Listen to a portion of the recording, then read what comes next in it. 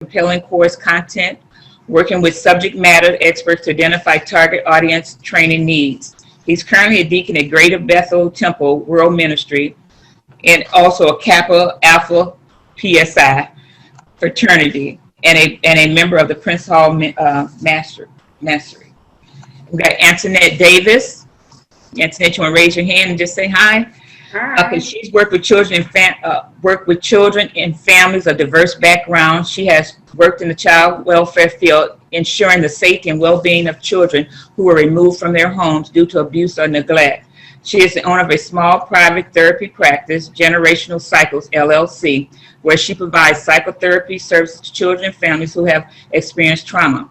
This work is important to her because while working in the child welfare field, she met children and families experiencing stress and poverty and systematic injustice.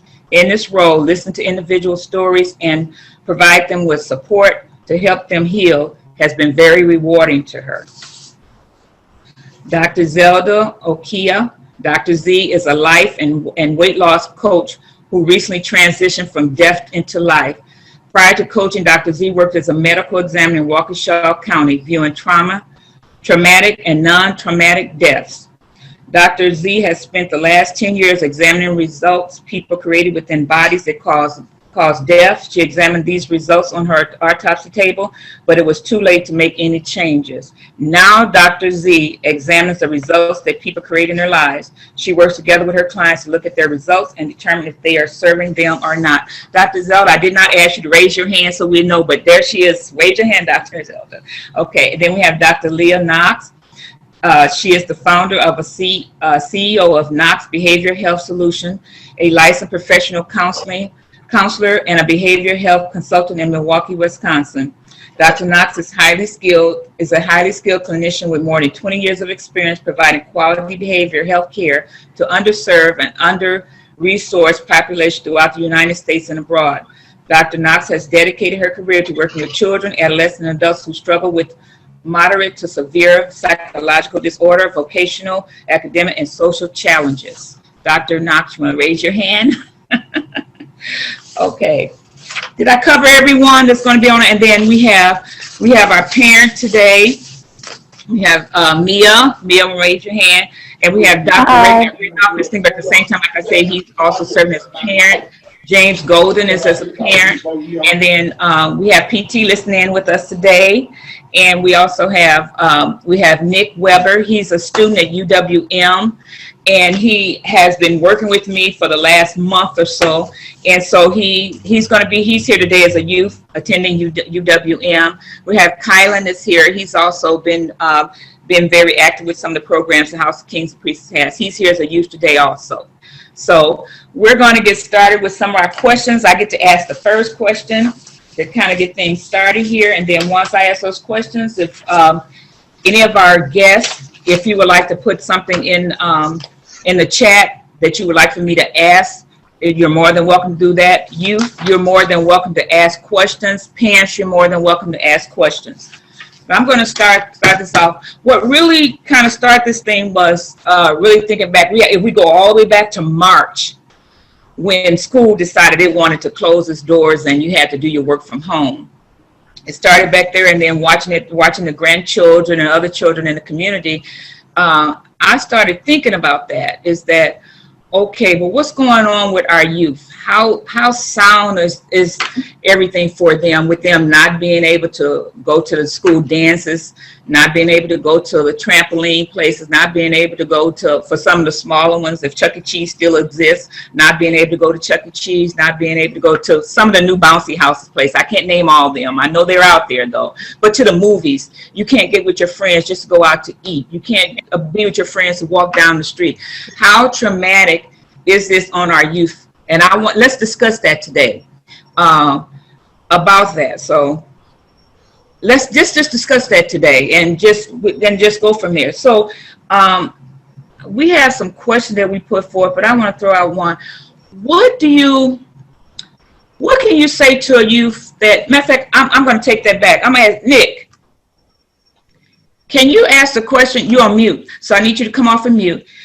I would like for you to ask the very first question, because I was going to ask it first, and I thought about this. I would like for you to ask the very first question as a youth that had to put everything on hold in March,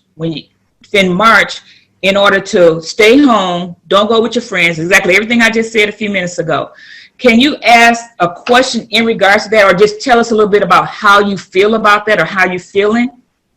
Yeah, well, I remember at the beginning when all that happened, I was a senior in high school back in March, and then hearing that schools were going to be closed, we weren't going to be able to go back, that was really challenging at the beginning because, especially for me as a graduating senior, thinking we won't be able to have like an official graduation, or my school had a senior picnic every year at the end of the year where all the seniors would be able to hang out with each other. We go to this like state park that was kind of nearby our school, and just thinking that we won't be able to have all of those certain like traditions and things that make it really fun, that was really hard, both on me and on a lot of people in my grade. And thinking about that, especially like on top of having to adapt to learning online, that was very difficult for both me and a bunch of other people in my school, because a lot of people needed help from other kids, or from teachers, and teachers weren't always the most accessible because everyone was still learning how to use Zoom, how to use all these other different like new learning techniques. So it was very difficult for people to adapt, and because of that, I think people's mental health really kind of hurt or kind of went down a little bit, because it was harder for them to learn, and thinking that they won't be able to do all these fun traditions that we were supposed to do, that we were looking forward to. Okay. Well, I'm going to put this question out there, and either one of you guys can answer it. What are some of the signs parents can look for in regards to their youth with everything that, like Nick just said, things were going on? When they get to a certain point, it went on, matter of fact, it's still going on for a very, very long time. So what are some signs that parents can start looking for that may be, with everything that's going on, be affecting our youth health, mental health-wise, their mind? Yes? I don't mind answering. Okay. I think that there's a lot going on within the community, a lot going on in society. There's so many different trends where the kids want to be better than someone else, or they want to have this or they want to have that. So I'm raising a 13-year-old boy. We have a 13-year-old, a 10-year-old, and a 6-year-old. And I think for him, just being quiet. I mean, there's a lot of things to look for. Just starting to be reserved, distant, starting to, I think, adapt even to the phones and the games, and it's like I'm trying to break him away from those, because it can be very addicting. It can kind of change the whole dynamic behind everything. But one of the best things that I can say that I am grateful for is the time that they have been at home, whether when I'm on vacation or when I do get time to spend with them. It's really beneficial because I'm really getting to know the kids, getting to kind of watch the behaviors. My husband works, I work, the kids are usually at school full time. So just really being able to get to know all three of them on different levels. Just trying to recognize some of those negative things, you going to bed early. I think all those things are trends that we need to just be more aware of as parents, and just let the kids know, like, it's okay what you're feeling. We're feeling some of the same way, and just being really open and observant to the behaviors that we're experiencing. Okay. Yes.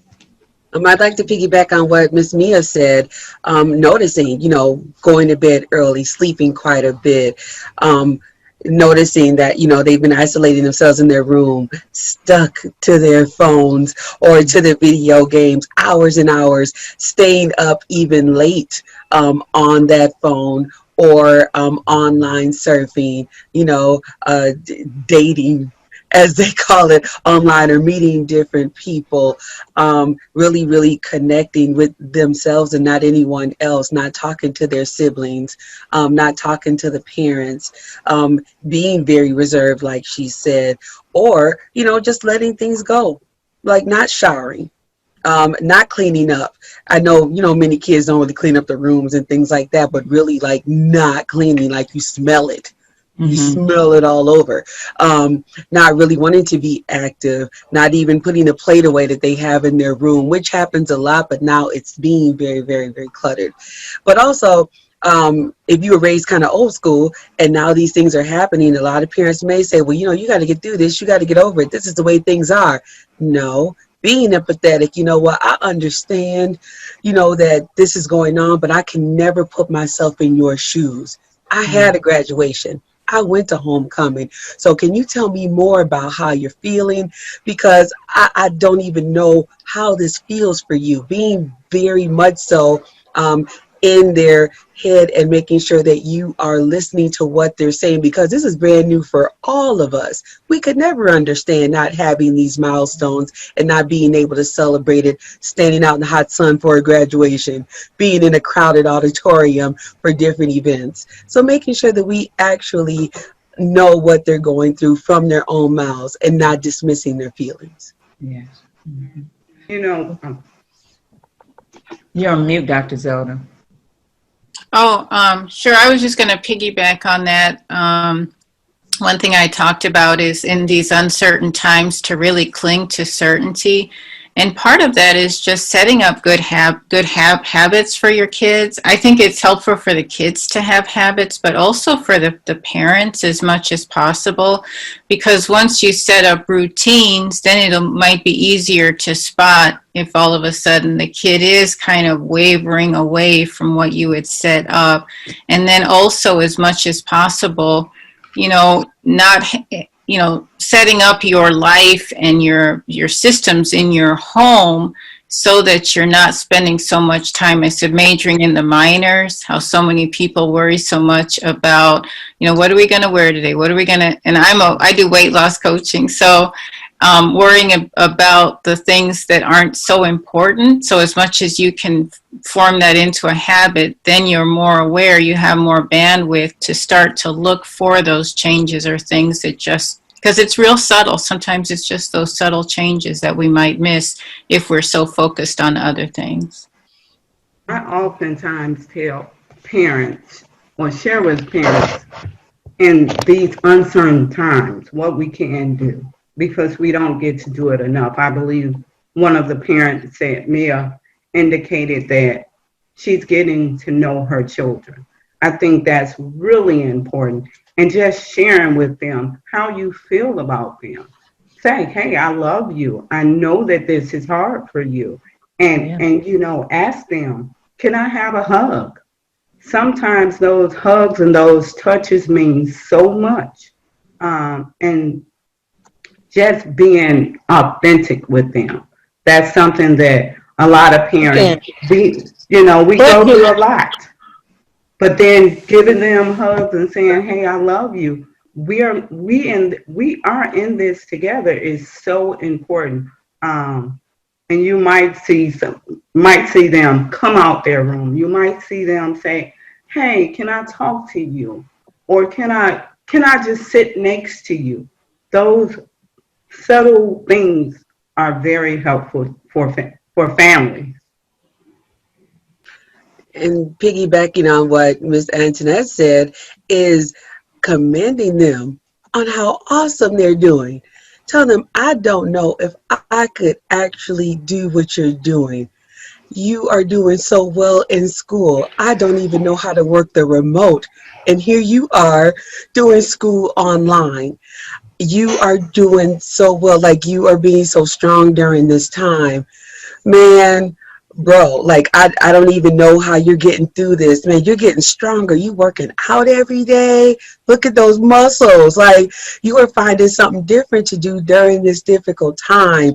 Those things make a kid's chest stick out so big. And they feel so wonderful. They'll just roll up on you and give you a hug for no reason, or just be like, thanks, Ma. I appreciate you. Or even still looking towards the future. All right, let's get these college applications out there. Showing them that there is hope and there is a future. Like the life and world didn't stop because of COVID and social unrest. Yes. Mia, would you like to say anything in regards to that as a parent? I just think it's really support, just being there to support the kids. My son, definitely popular guy in school, had just some challenges with the distractions, I think. He's a little handsome little fella. He knows it. So a lot of the attention comes from the girls, and like I said, I think really the trend. It's different now. There's so much exposure on social media. There's so many different ways to kind of show off what you have, and sometimes for him it's not really an issue, but for other students it might be a problem. So taking the time to really like show them like, okay, I know, like everybody else said, it's a different time for everyone. We're all going through this together. And, I reach out to the kids' teachers like, hey, this is what the schedule is going to be like. And I think even them seeing me as a mom, I think they, like you said, they've clung to me so much. The little guy, he's 6, like I said, first grader, fifth grader, and eighth grader. And just letting them know like, hey, we got to bust our butts off. Mom is here, even though it's different. I've been to school. So ask me for help. Ask me for different things that you really don't realize. And like you just following the clues. I mean, everybody's kind of going through this. They're asking questions about what's going on, and I'm being very transparent. They see that, I mean, they didn't have anything to do with the election, but the kids were definitely asking questions. They really didn't have to worry about the Black Lives Matter where they're getting pulled over by the cops, but they see what's going on and they see the chaos, and just being open with them and just allowing them to kind of just talk to you, express their feelings, and having that one-on-one conversation is really, really big. The kids are definitely became my best friend over this time, but it's just being there. I think it's very, very important. And even for us, like, hey, we need a break. Give me a little 5 minutes to myself. They understand that. So all of these things that everyone is saying is definitely true. But just being observant for me is something that I recognize. I mean, we had to pull the game away from our 13-year-old. Like, no, let's do something else. So we're trying to find things like outside of the box for them to do, whether it's word searches. I'm just trying to, differentiate our time from theirs and let them know, like, we didn't have all this stuff as kids. We had to sit in the house and play telephone and, hang up the phone because our brother wanted to get on the phone. So it's a lot different, but let them know it doesn't surround themselves around electronics. That's the biggest thing for me right now. Yes. Mm-hmm. Yeah. Dr. Foster, did you want to say anything in regards to that? Well, you talking to me? Yes, I can call you Dr. Foster, but so No, that's I'm not a doctor. Oh, okay. One of the things is one day. Okay. Well, one of the things is I agree with Ms. Davis and the rest of the panel. One of the things is that I know we're all going through a transitioning, and even with youth, and taking a step back during this COVID time, we was all living a fast-paced life within our families, and now it's going back to we need to get to know one another and how we operate as a family without some of these things. I agree with the parent, with Maya. Absolutely correct. It's a challenge to reintroduce yourself to a 16-year-old who is gone at least 8 hours a day, and by the time you see him, you got maybe 2 hours with them before they shut that bedroom door. And now they have the opportunity to either stay in there, but now come out. And one thing I can say that is some of the youth what I'm seeing currently, they who don't have that environment or the parent to have the time to actually go back and work with them, they seem to be struggling, to adapt the old way of doing things as we all in the household, and the stress levels is just getting higher.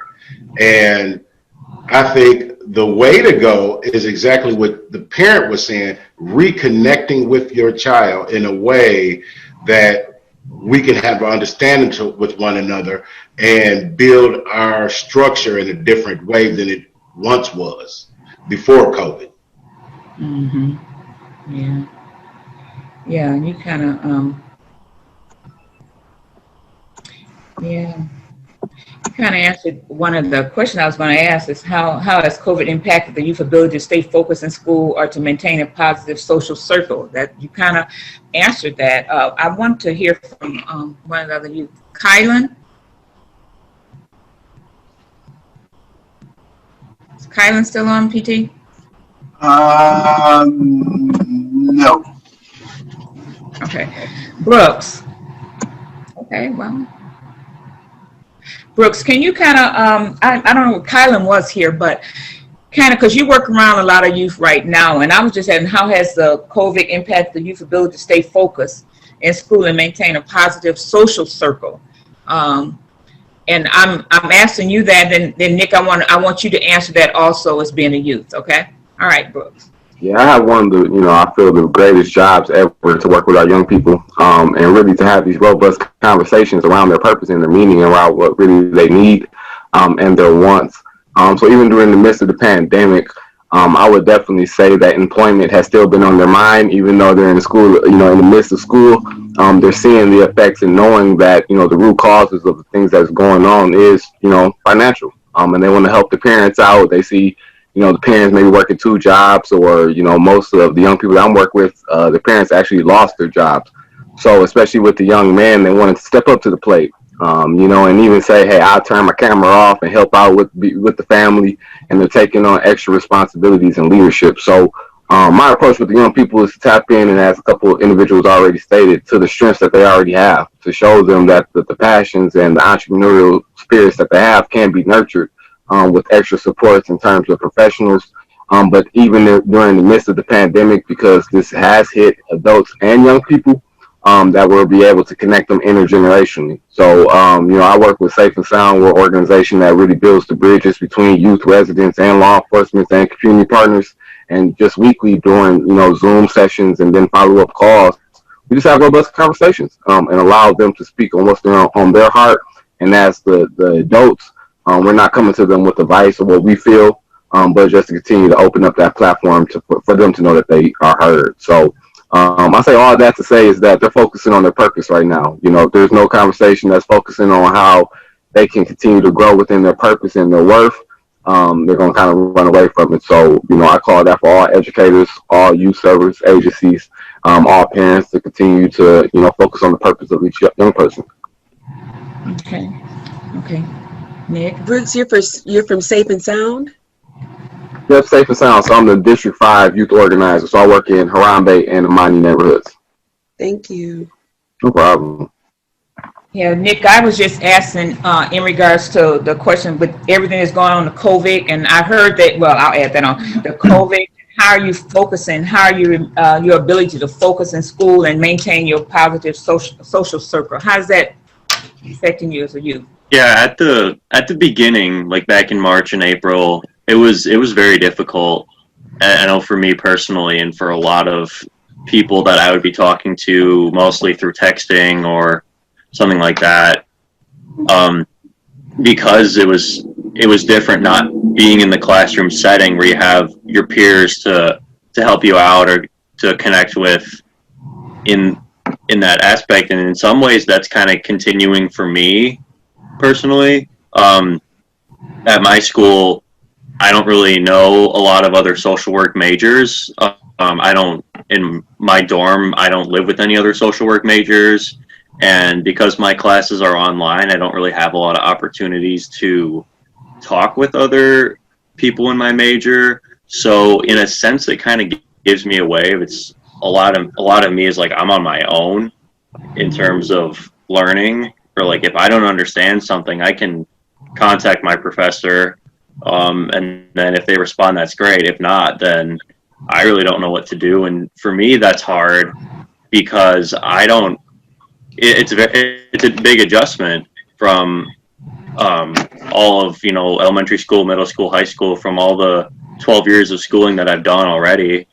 It's been an adjustment through that. And I think in terms of like the social aspect, it's been very different because a lot of people's social circles have had to move to online or move on to social media. And that's definitely not the same as when you're in person, because I feel like people portray themselves in a bit more, I guess, like romanticized way on social media. They choose to, you can pick and choose whatever you want to post, and that's going to give the aspect of like maybe your life is a lot better. And then one of the big problems I've seen with people my age is, you're comparing yourself to a lot of other people online, And sometimes it almost gives you like a sense of competition, thinking like, oh, well, this person's out, I don't know, like doing something fun. They're out with their friends, even when they're not supposed to because of COVID. You kind of think like, oh, that's wrong. But then another aspect is kind of thinking, well, that makes me kind of lonely. I'm here by myself. And that might kind of deteriorate your mental health because you're thinking other people are out having fun, doing whatever. But here I am just focused on schoolwork. I don't know if that makes sense, but No, it makes sense. It makes a lot of sense. I think I have a grandson. He'll be 16 next month, and I think he feels the same way because when this started in March, he was just a freshman in high school and just getting an opportunity to get out to meet people, and then everything shut down. And then he starts off his sophomore year, and he's just on a computer, not meeting friends or even socializing because we're COVID-19 all the way. What you're supposed to do, we do, and so. But at the same time, like you're saying, that he has other friends that's going places, doing things. But when he asks, can he go? The answer is no. Right now, we're quarantined to stay, not to socialize like that, social distancing. So I know that affects the youth too, because you can't do anything, like you said, and then you see others that are doing. And that's so true. I just was working with a client last week who has that same exact issue. His parents are strict to the quarantine. Mm-hmm. So I did make a recommendation for him to have his friends do a Zoom call, instead of Facebook or TikTok or whatever it is that they're doing now. I suggested, hey, you guys set up a Zoom call and talk about something or have a lunch together or, just take a walk. You don't have to be together in order to take a walk on Zoom. And so those little things that I was suggesting, he was like, okay, Miss Davis, I'm going to tell you if this worked. He liked the idea, but I don't know if he actually followed through as of yet. So making sure, I'm sorry, go ahead. I'm sorry. I'm saying good afternoon. Good morning still, folks. I'm sorry I had a little trouble getting in. My name is Damian Smith. I work with Brooks and Ariel at Safe and Sound. And I just want to pose something. Maybe somebody can help us answer this question. We're finding some young people checking out of the virtual school. Like the cameras aren't on and they're checking out, and they're having a problem with teachers because the teachers are like, well, you need to be paying attention. I need you to have your camera on. And so we were posed with that issue with one of the schools that we're working with. And, I kind of was at a crossroads because I feel them. I understand, like, yo, I've been doing this every day and I'm kind of checked out. So I talked about maybe there could be a compromise, with the teacher, like, okay, well, if you could give me X amount of time of screen time, then maybe you can have X amount of time where the camera's off, but you can't really enforce any of this stuff. Like, what you gonna do? Come to my house and turn the camera on? You know what I mean? You can't enforce any of that. So I want to throw that out there and pose it to folks and see if anybody would have any kind of solution that we could, bring to that staff that is really struggling and the youth that are struggling. So Smith, I do like the compromise, and that you can actually ask the teacher, can I turn my camera off? And actually, it should be implemented into their process at this point, given that youth are at home. This is so different. I'm at home doing work, and when I'm ready to, I'm going to turn my camera off. But I had a meeting the other day, and I turned my camera off. And so what I asked of the person is to just check in with me. Because what you can say is, your camera is off. Can we all check back in? Just turn the camera on for 5 minutes so I know you all are present. And actually that worked. So teachers need to actually be a part of these discussions as well, so that they can know that, hey, this is not normal. And kids do not want to sit there for hours with their camera turned on. What if they have to use the restroom?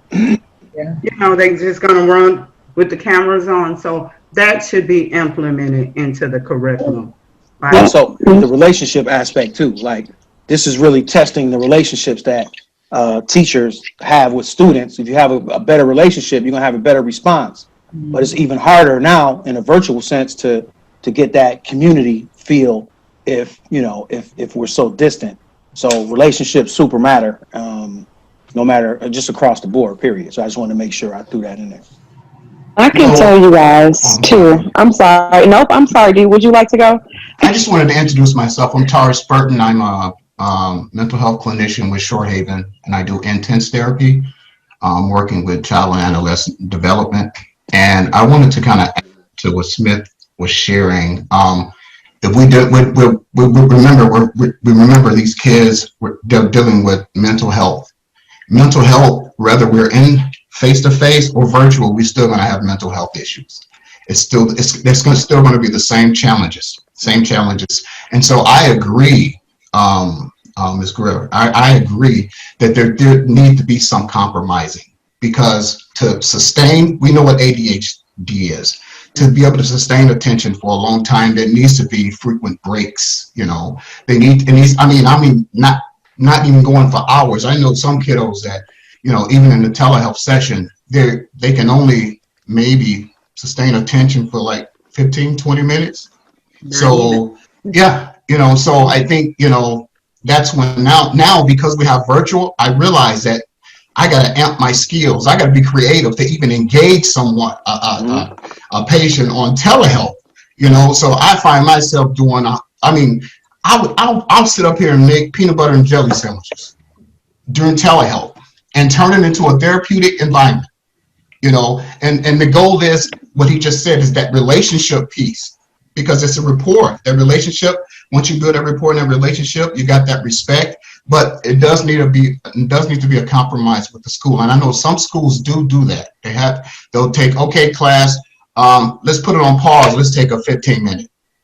And I think that's good. So might have to come away from that restrict, that being so strict, but I think that would help these kids in the long run if we want to be successful through virtual schooling. Yep, I agree with you, Dr. Burton. I definitely do. It's funny that we even having this conversation. Everything to me happens for a reason. My daughter does have ADHD. Our 6-year-old, he's fine, but it's just the adjustment. Like our 13-year-old is on an entirely different platform than the younger kids are. And he has to be on for 8 hours a day. Yes, do they give them breaks for lunch, 15-minute breaks, which I'm really grateful for, but the motivation piece behind it is huge. It's huge. So we find different ways. We know that the focus of social media and pulling the kids back from there, the phones, the games, because it's something that they can become addicted to, and we started to notice that. So if it's like, okay, you want to be on school all day, let me see your grades, but I am like micromanaging him so he could be successful, because at the end of the day, this coronavirus, yes, is it going to die down? Yes, but this is the new norm, and this is what we have to get adjusted to. So instead of saying, okay, when this was different or when that was different, it's like tune in to your kids, tune in to the families, tune in to the professionals, take advantage of all the resources that we do have available, because I'm battling it too, as a parent. It's different for everyone. Yeah. So we make him earn his game time. He wants allowance. You got to earn that allowance, buddy. And he is, and I believe what Brooke said too, as to the part of, stepping up. He's stepping up to help the younger ones while we're at work or while dad is sleeping, so we can kind of transition. But it's been working. It's been working. The motivation. You want screen time? Give me some good grades this week. And he's grateful, because either you don't do it, you do it, or you don't do it. So you can either be in tune with your friends, and he's really, really appreciative. The 13-year-old is, and we can definitely see the change. But for me, it's like, I don't know what to do to keep him going, because like you said, it can get a little bit boring. Just sitting there in front of your friends and communicating back and forth with the teachers, I think, is huge. Those relationships are very important. Hey, Kobe needs a little kick in the behind today. Okay, let me talk to him. Can you tell me what he's doing so I can reward him? Because at the end of the day, this is something that I'm not used to. We're used to that face-to-face interaction, with the teachers or with the kids being in school so they can tell us. So that's very, very, very, very, very, very, very important to kind of keep them motivated, I think. Okay, I have something from one of the parents here. It says, some kids' households are not up to par, so they turn off their camera. They might be embarrassed, or siblings, and some kids look forward to school to get away from the parent or family member. So that was something that was just put out there. I don't know. What do you guys think about that? Or do I need to read it again? No, that's absolutely true. We've seen some of the memes and whatnot on social media where somebody's parent undressed in the background or something. You know what I mean? It's funny, but at the same time, it's real. You never really know kind of what what you're dealing with. So yeah, you got to know what's popping. Yeah, and like we were saying, the kids always look forward to school to get away from the parent or family member. So they just that's their free time, and at the same time, it's the parents' free time unless they're working a job. So it's very interesting that some young people that we come in contact with, we ask them, is this making you have a greater appreciation for an actual physical school building? And everybody's like, yeah, I can't wait to go back to school. I can't wait. And I'm wondering, is that really going to hold true when it's time to get back in there? Because, folks found reasons not to be at school and found reasons to skip or whatever the case. Now you want to get back in the building. So I'm interested to see if that's going to hold true when we get out of this. Small percent, probably a small percent.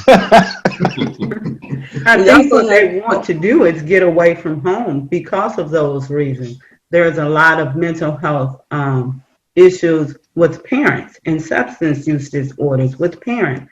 And so kids usually don't want to be around that. However, when they get to school, then there's the judgment calls from the teachers. And so kids are usually caught in the middle of chaos everywhere they go. So just being mindful of that is important. We also have to think about our youth who do use and need our schools as that solace. I have a lot of clients throughout the years and even now who I make sure to talk to as they're in a park or in their auntie's car or somewhere safe because of the heightened domestic violence at their home, or they were homeless and staying at their mama's boyfriend's house, or their dad's sister's home, or what have you, and it wasn't safe. And so now, because of the pandemic, jobs are lessened, even though society would like to say, oh, it's growing out there and there's more money and there's more jobs. Not necessarily true for a lot of our youth parents, or the foster care system, adoptive system, the temporary care where the transitional living with some of our youth going into their own apartments. So they use the school as a safe haven.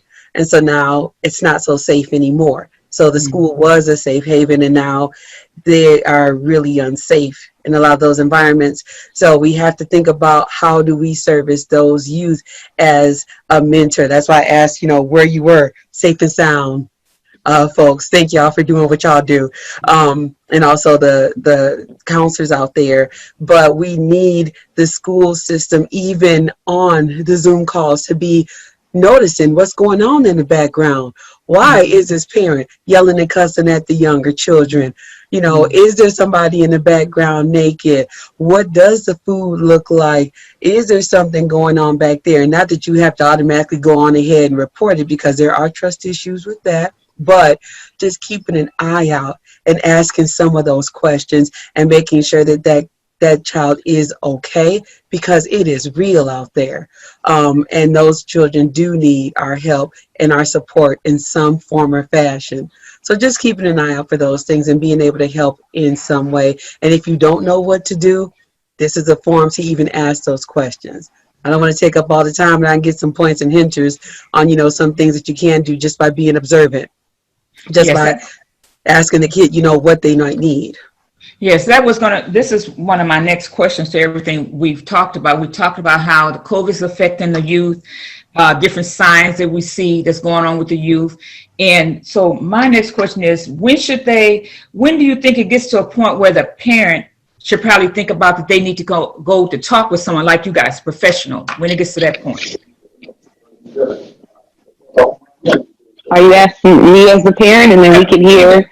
Either anyone, if you have an answer to it as a parent, you can answer it. Yes, I'll do that. So answer also. I think and I definitely would love the feedback of the professionals. It's something that I'm personally battling as a parent. I never signed up to be a school teacher ever. That was never going to be my job. I'm used to my break away from the children. So this definitely is something that is different. It's different that we have to adapt to, like Nick said. It's different that we have to make an adjustment to. And for me as a parent, I think when it's time to talk is when the parent starts to break down a little bit. It was something that I had to, and I think, it was so blase for parents or even for students to go to therapy, to come in the community and say, hey, I think I need someone to talk to, whether it's a minister, whether it's a youth organizer. Back in the day, that wasn't something that they were encouraging us to. I'm only in my 30s, by the way, but that wasn't something that they were encouraging us to do. So I think being more observant, taking advantage of the resources is huge. And when the parent becomes for me personally, when I can break down, I can be as strong as I need to be. But just when I notice, okay, something isn't working, I've tried everything that I can personally do, then it's time. But I'm really grateful to have a lot of male figures, people that we can talk to from church, just being open and letting the student know, like, okay, if they need to go away for a couple hours to be with someone, it's okay because I'm trying my best and I know that this is very, very, very important. Well, I got a question along that real quick where you said they have to go away to be with someone. What about the time that we're in right now, this COVID, where you can't go, it's a stay home order? Yeah, FaceTime is huge. The kids use FaceTime. My mom is very sickly, so that's something that the kids were using as an outlet, as a given resource to kind of be away from me and kind of get away too. FaceTime is huge. We use FaceTime. We use Facebook Messenger. They have the opportunity to 10, 12, 15 people. We tried it last week during the election. That was so cool. But just giving them that outlet to say, okay, if you need to talk to someone, text messaging, reaching out to family members that kind of know, I think it's important. And having that child know, okay, I'm not going to be judged based upon what I'm asking you. This is really what's going on. And the judgment there should kind of go away a little bit, that strictness that the gentleman from Shorehaven was talking about, giving that little bit of contingency to kind of move around and give them the opportunity to talk to someone else, knowing that it's not personal, but they need this a part of them too. If that answers your question. Yes. Dr. Zelda, you're on mute. I just wanted to say that many times we wait too late because we don't know what we don't know. And so as a coach, I got into coaching, not necessarily knowing exactly what it was, but the more that I got into it, that's why I wanted to become a coach, is because I learned I had my own blind spots that I didn't even know about. And now I said I'm a happy life guru. As I get more in touch and more connected with myself, I am able to be more connected to other people. So I always think everybody needs a coach, everybody needs a therapist. And the more that we recognize that and integrate that into our daily life, we will get rid of the stigma of, oh, she has a problem, or, oh, there's something wrong with her. No, I mean, executives get coaches to go to the next level, to help them cross over those barriers that are in their own mind.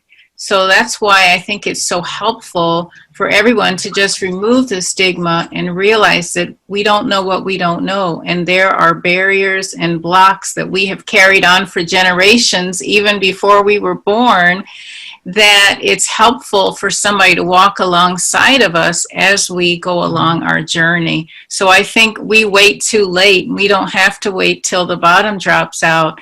You know, just the fact that we're all in these COVID times and we're taking care of kids at home. Many people are taking care of their parents, and losses, all of the people that have died of the coronavirus, the police shootings, the violence all around us. I think now more than ever, it's not a stigma to reach out and to say, you know, to ask the question, or at least maybe even go and explore what else is available out there and how you can get better connected to yourself, so that you can be a better parent, student, counselor, all the things. You know, I wanted to add, I think that's important because in the middle of my treatment, I I do, it's gonna sound weird, but I do 80% parenting and let's see, 70% parenting and 30% with the adolescent. Because I'm finding out self-care is very important for parents. We got single parents, we got grandmothers parenting other generations, younger generations. So I spend a lot of time on trying to help the parents develop some type of way to self-care because they're stressed out, especially with the COVID going on. So I spend a little time in that area and then I break off and then I spend time with both of them sometime. But I'm finding out that, again, because we doing virtual, nothing's going to change. So you're going to see some parents in the background that's going to do exactly what they've been doing since the kid has been born. So nothing's going to change. And so that goes back to parenting, educating. I'm not one of those therapists that's so quick at calling CPS when I see something small, because my goal is to do some parenting with the parent, because she's doing or he's doing something that maybe that's what his childhood experience came with. So my goal is to help, the parent as well as the child and bring them together. But since this COVID, I'm finding out that the parents are not able to connect emotionally to the kids. You got this 14, 15, 16-year-old. And so when I'm setting up the treatment plan, this is what I hear from the kids. So what do you want to see different or change? I just want her to listen. They don't listen. And so, okay, what does that look like? When you say they don't listen, what does that look like? Well, once you start working with the parent and the child, you find out the parent is really not listening. So the parent is not, and that's because of the self-care piece, because they have their own interpersonal issues. So I find it very important to kind of promote that, the self-care piece, and getting the parents to be able to connect to the kids emotionally. But that's challenging, just to connect to another person. Think about that. Just to connect to another person. You find out your son is 16 years old and you find out for 16 years, because of this COVID, we're shut in, now we're together, and people are finding out that they love each other, but they don't like each other. Or they don't really know each other. So I just wanted to end it right there. So that's one of the challenges that I've experienced as well. Okay. As a youth organizer too in the community, we have the privilege to, we call ourselves the hooker-uppers, so we really empower, the great work that residents and organizations are already doing. But we're seeing, especially with the young people, is just the access of that, so a lot of information changes, but then also relevant things to meet their present needs. So, with all the work that we're doing, I definitely believe that young people are asking for a seat at the table. To also be a part of the designing process of the services, of the products, because even if we sit, and I'm growing older, I still count myself a youth, but, the more and more I'm getting older and becoming more, having more power in terms of decision making for them, I can make decisions based on my own experiences and not even think about the young person that really needs it. So, I also say that as an organizer, but then also as an advocate to, pull up a seat next to those decision-making tables of how we can really serve our young people, because they may have the answer that we never thought of. And that's really what they're asking for, is their voice to be heard. And like, Dr. Burton is saying, even if they're saying something wrong, just be like, oh yeah, it's right. And it's like, huh? Because they just want that respect. Yeah. I would like, James Golden, would you like to say something as a parent? I know you volunteered to be on the panel. You're on mute.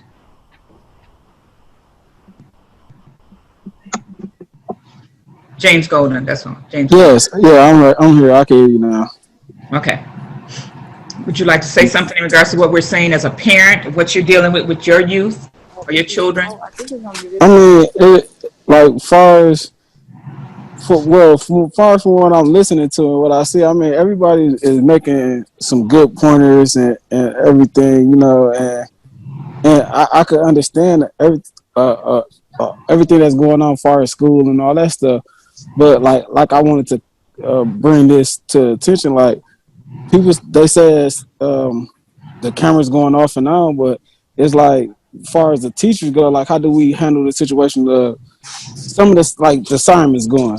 When the teacher's giving out the assignments, they giving out 10 to 20 assignments a day. Yeah. So I got cause that's like I got a 11-year-old and even if she miss a day, then I get an email saying, oh, well, she behind 20 assignments and all this stuff. So then now it's like, okay, we gotta try to make up for these 20 assignments. So then when you have a child that's with a young mind is that, and they at home and they wake up, or if they say, okay, well, you have to be in the camera by 9:30. You got, like, even if you put the kids to bed early, they still wake up at like 10 or 11 o'clock. And then, so now if they wake up at 10 or 11 o'clock, then it's like, now you got another 20 assignments they got to catch up on. So then us, well, far as me as a parent, I gotta sit there and I'm trying to help them, and I'm not the smartest bear, but I gotta YouTube and stuff because I don't know the answers to everything. You asking me this multiplication, like, and so now I'm like, man, look, I'm gonna email this teacher because now I'm feeling dumb.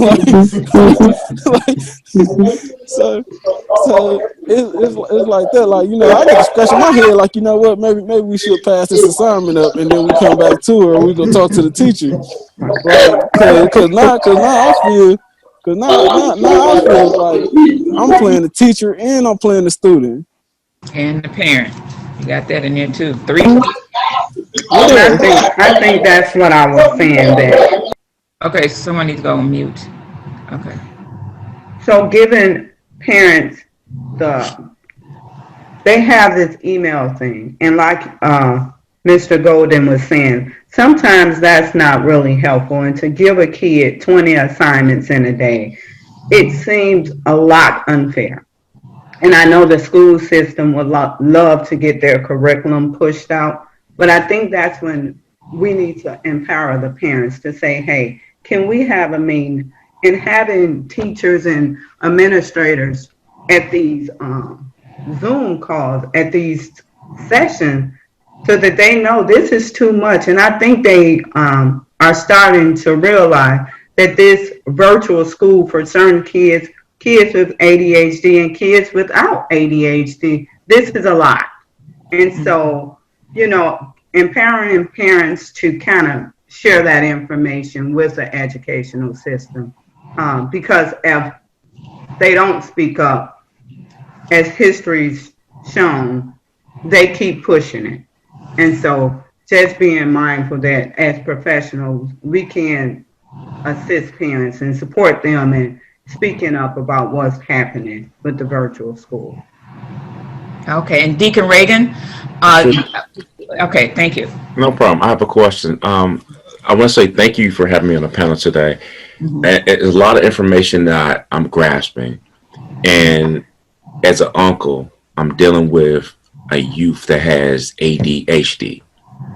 Also, I'm dealing with a youth that needs special needs. How do we have that conversation dealing with if they're trying to figure out if they're an introvert or extrovert? How is it tested virtually right now? Mm-hmm. And where's the funding coming from? I pose that out to the panel. Yeah. So what age are we talking about? The age bracket you can say is a 10-year-old and a 15-year-old. And it has a lot to do with what you're seeing socially. How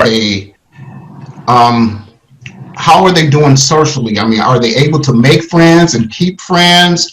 Are they struggling with like social gestures, understanding, kind of like the spectrum of autism?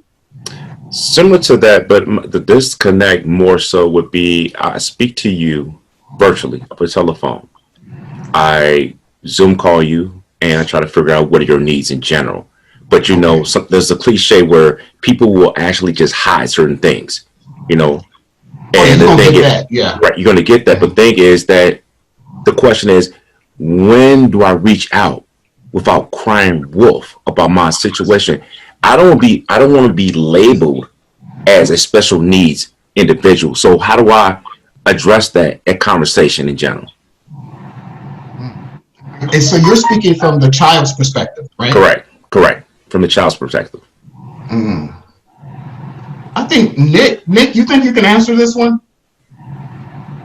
You're the youngest on this panel. That's the only reason why I asked you that. Yeah, I don't know. That's a very good but tough question, I would say. I know, at least with my experiences in high school, not all the kids are very comfortable, you know, with telling teachers about issues that they're having, or if they have certain needs. I mean, that kind of stems from I would say, more common issues with people such as schoolwork, but up until mental health issues or learning issues, like, I don't know, the thing that comes to my mind is there's this a lot of people my age will joke about how a lot of math teachers will say, like, oh, come to us for help if you need help, that's what we're here for. And then you would go and talk to the math teacher saying, I don't understand this, and then the teacher would say, like, well, you're supposed to be paying attention, like, why don't you understand this? And I think that attitude that sometimes younger people have, or that perspective that we have on the adults, makes it hard for us to talk about issues that we're having, or to open up about those things. So I don't know exactly what the best option would be, because of that strange connection between teacher and student. So I would say what Brooks was saying about that relationship, well, with Smith, or what probably saying about building that relationship, because a lot of times we can move faster than them, because we know what they need, we know what they want, and we jump in there, but we can move fast, but they're not ready. So continue to build that rapport first, build a rapport first, where the longer you start to build that rapport, they're going to learn to trust, because this can go back to that 0 to 3 years old, trust versus mistrust, learning to trust an adult, period. Because a lot of teens don't trust adults at all. And that's when we learn that stage from 0 to 3. That's how we learn how to trust adults, and some of them miss that. That was a need that wasn't met. So that's the outcome of what you just shared, Deacon. So build that rapport, and then in building that rapport, eventually you'll know when it's time for them when they're going to open up, because they're going to initiate it. They're not going to have to. They're going to initiate it. They'll bring it to you. And also with building rapport, you'll get to know that youth better. So you'll also be a bit more observant, or that adult. So you'll be able to see, okay, is it introvert, extrovert? Is it social anxiety? Or is it that youth is really having a problem with learning? Is there a reading disorder? Is there a math disorder? Is there sensory issues going on? And then just because you suggest that child get tested, it doesn't mean there needs to be a label. It could just be there is a difference in the level. There may be a 3rd grade mathematical level, and that child is 16. There may be a 7th or 10th grade level, and that child is 15. And that's okay. We can work with that. Doesn't need to be labeling. Labels are generally for insurance. That's why their labels are there, so that the providers can get paid. And that's why there is a stigma, because labels are for insurance, and that's just terrible that it's like that, but that's why they're labels. So once we get into I don't want my child to be labeled, we have to figure out what the labels are for, and it's for payment. So once you get that rapport developed, that youth will trust you, you'll be able to observe the child, and then it kind of falls into place. Yeah. Well, guess what, you guys? 12 o'clock. Unless you want to go another 5-10 minutes, that's fine, because we're right in the middle of something that's good. I mean, it's interesting. We're just getting the ball rolling. We had a little chance to talk about what the COVID affecting our youth right now and what they're dealing with, and now we were getting into the deeper thing as far as really our youth when mental health issues really step in to their lives. So I don't know if someone had one other question. We'll take one final question. Do you have anything they want to say so we can we can conclude everything for Just wanted to add to that, Dr. Leah. That's why we have the IEP in place, because every individual, child or adult, we all learn at a different level. Mm-hmm. You know, and sometimes that's why I said we can move, even the parents, we can move faster than the child and not realizing that this is more detrimental to the child because we're forcing something on this child and we're setting them up for failure. So once you build that rapport, you'll be able to find out where they are academically, emotionally, socially, you know, so it's almost like you have to take your time and don't rush it. Just kind of take your time. I wanted to say too, yeah, just going back to, we have our own blinders and we have our own blind spots, and we may not see, or we may have an expectation of the child based on our own history of what we think should be happening. And when we don't have the proper connection between ourselves or the child, like you said, many of the adults don't know how to relate emotionally to the child. So then it's easier to slap a label or put a label on somebody when we don't have all of the understanding of what's going on with that particular individual. So I think I like the idea of just, taking it slow and really understanding who we are as a person. And then that also helps us then to understand maybe even our own children or the children in our vicinity. Real quick, before I get out of here, I'm not sure how long folks are going to go, but are there some folks around on the line that we can refer youth and families to if we ever get in those situations? That's one. Number two, before I shut up, Dr. Knox, good to see you doing your thing. We went to elementary school together. I went to school with you and your brother David. Which one? Victory? Audubon, Claire Martin? Victory. Hey, man. Yeah, what's going on? We'll connect later. Oh, my goodness. Yeah, what's going on? That was a million years ago, man. Yes, in the city of Milwaukee, my boy. All right. Can I ask a question real quick? Who is this? James? Yes. It's to the guy. What's his the one that work at MSDF? Yeah. Okay. Okay. This is a question like far as like the older people. I know you have plenty of young guys that run up in there. Like, what's the take up on that? Like, do you try to talk to them or try give them words of encouragement or like or is it more just like a it's your life, I'm gonna leave it alone? Oh no, it's never that. But sometimes when you start talking to the young ones that's coming in the door, a lot of times, man, they need guidance and direction, and sometimes a lot of them is learning by trial and error. And sometimes when you don't have a man around or right role models, we try to figure it out on our own. And then we try to do the thing first. We have a baby, then we think we a man, and then when we find out that glass get broke, that ain't working, we'll repeat it a few times, but without having some tutelage about direction. And a lot of times that's really what they need. And a lot of times, believe it or not, people say, oh, they institutionalized. That's, to me, I don't never agree with that. One thing prison provides for some individuals, and I say some, they like it because it provides a structure. And it may be the fact that I know what to expect. I'm not going to have to deal with any failures or look at myself as a failure. And I know I can become or create whoever I want to be within these walls, because you may not know me or they may not know me, but I can be whoever I be, whether it's a liar or not. But it provides a sense of structure.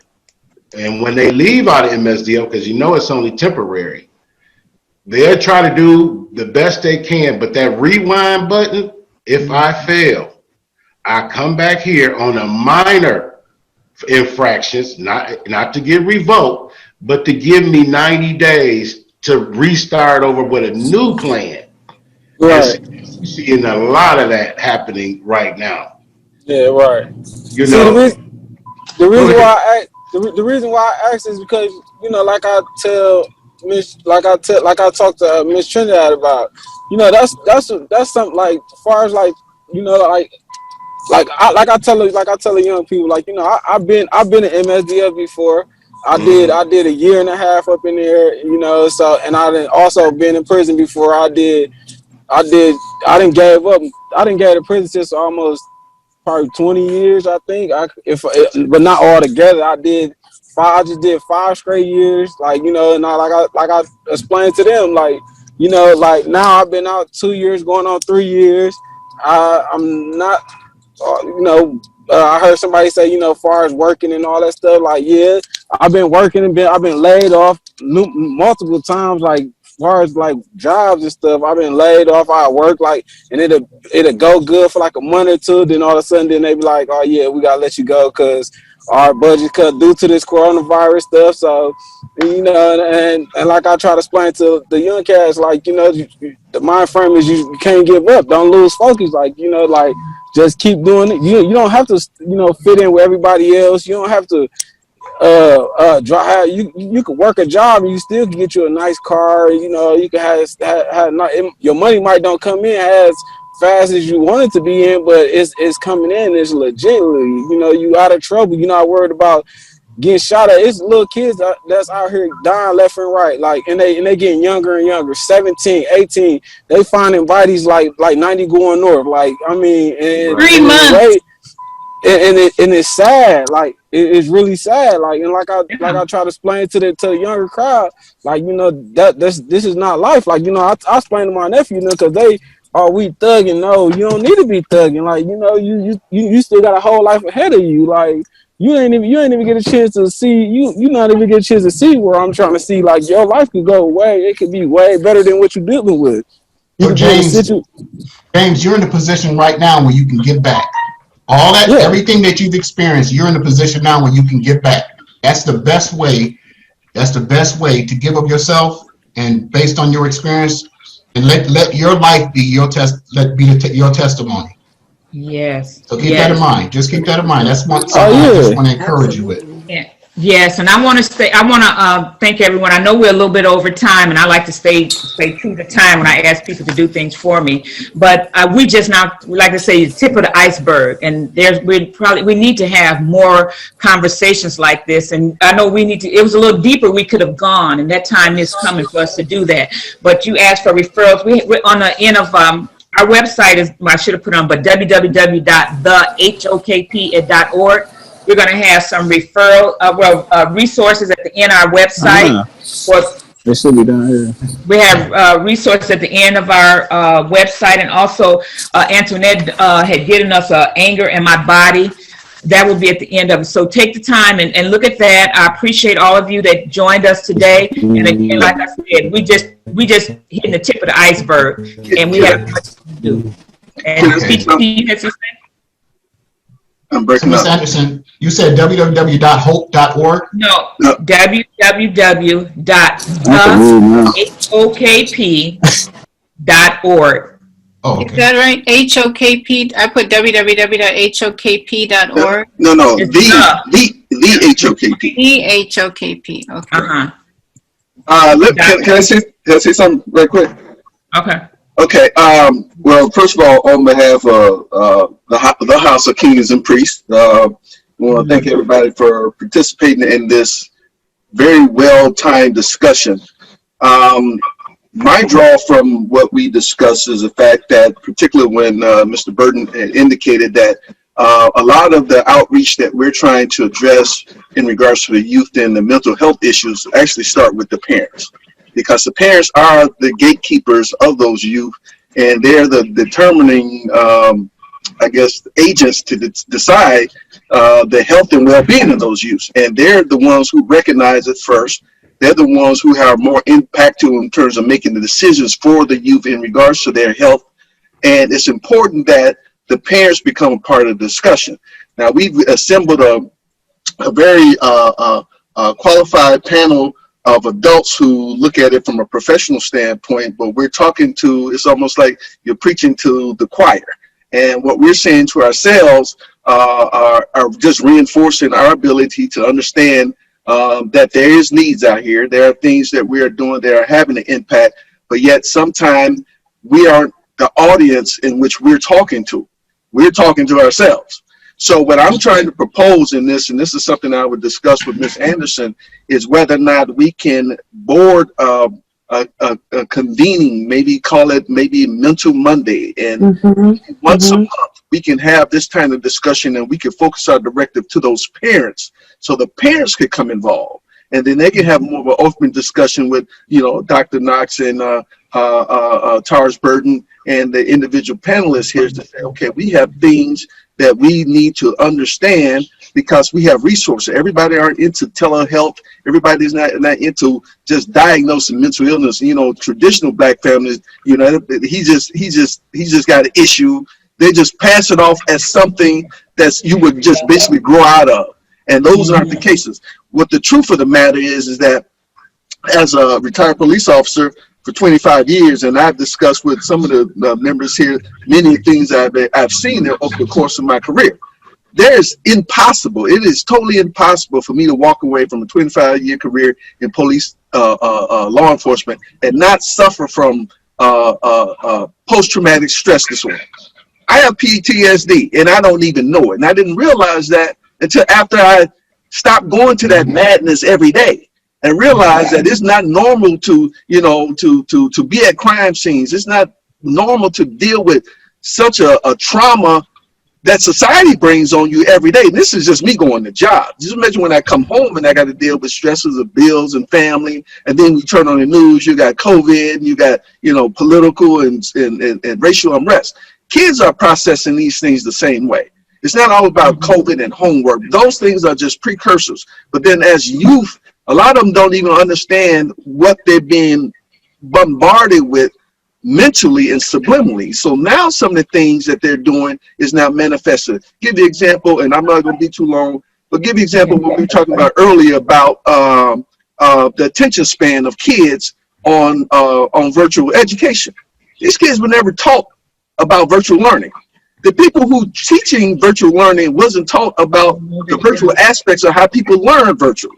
So these are the things that we can do to kind of bring these things to the attention to the parents and to the individual people that suffer with these youth that has problems. And my proposal is, if any of you guys are interested in the possibility of maybe convening once a month, we as the House of King and Priests can continue to kind of put this on our register of something that we can do and we can extend to the community, and we can get the right people in front of us so we can be of service to everybody who understands this. That's all I guess. And I'm making it quick too, I promise. I promise I'm making it quick. I think that exposure is necessary. My brother let me know.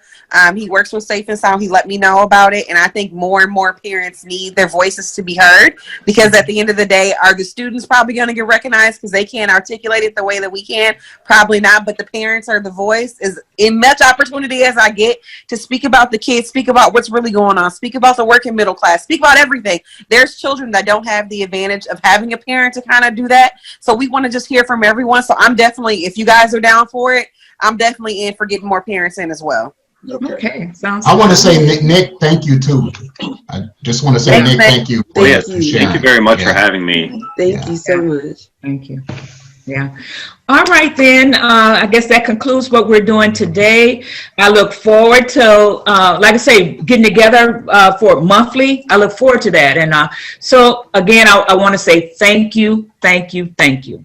All right. Have a nice day, everyone. Thank you. Thanks for coming in. Bye, everybody. Bye-bye. Bye-bye. Leah, call me. I got it.